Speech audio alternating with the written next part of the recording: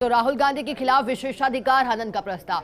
लोकसभा में बीजेपी सांसद निशिकांत दुबे का प्रस्ताव। पीएम मोदी पर अपमानजनक बयान देने का आरोप लगाया है।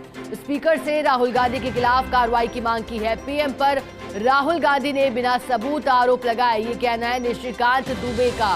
और आपको एक बार फिर से बता दें कि लोकसभा में राहुल गांधी ने अडानी की तरक्की पर सवाल उठाए थे। कहा था दुनिया भर में 2014 में लिस्ट जो अमीरों की आई थी उसमें 609वें नंबर पर थे और ऐसा क्या जादू हो गया जिसके चलते दुनिया के अमीरों की सूची में वो दूसरे पायदान पर पहुंचे। और इसी को लेकर उन्होंने सरकार और प्रधानमंत्री नरेंद्र मोदी पर आरोप लगाए थे, जिसको लेकर के अब बीजेपी के सांसद निशिकांत दुबे ने पत्र भी लिखा है। राहुल गांधी के खिलाफ विशेषाधिकार हनन का प्रस्ताव।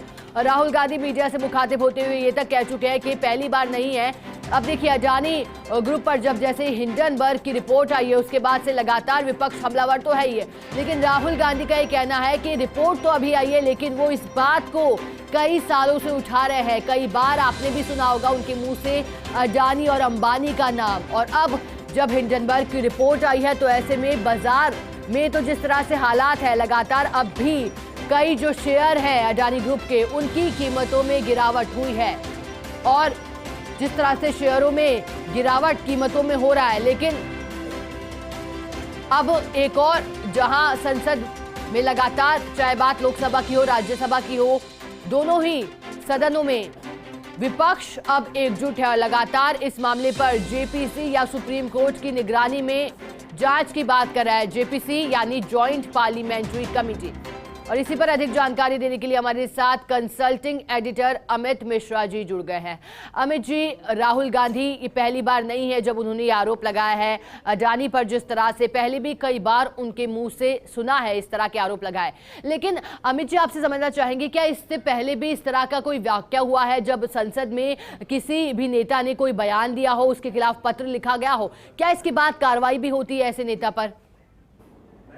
देखिए, एक सामान्य सी प्रक्रिया है और प्रिविलेज का जो नोटिस है वो सांसद देते आए हैं। निशिकांत दुबे ने कोई पहली बार राहुल गांधी के खिलाफ अवमानना का नोटिस नहीं दिया, इसके पहले भी उन्होंने दिया है।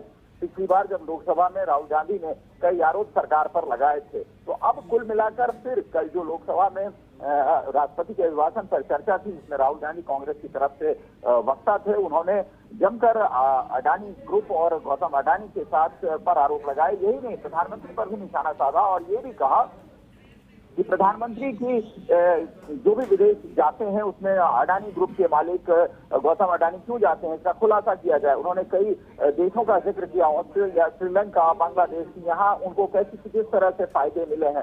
तो उस पर बीजेपी के नेता, बीजेपी के सांसद उस वक्त भी नोकझोंक उनसे हो रही थी और वो उसमें भी उनसे इस विषय की पूरी तहकीकात की रिपोर्ट मांग रहे थे कि आखिर कहाँ से ये तथ्य आपके पास आए हैं। तो निशिकांत दुबे उस समय भी सदन में खड़े होकर लोकसभा में ये बात कह रहे थे और गिरिराज सिंह कह रहे थे, रविशंकर प्रसाद बीजेपी के नेता कह रहे थे।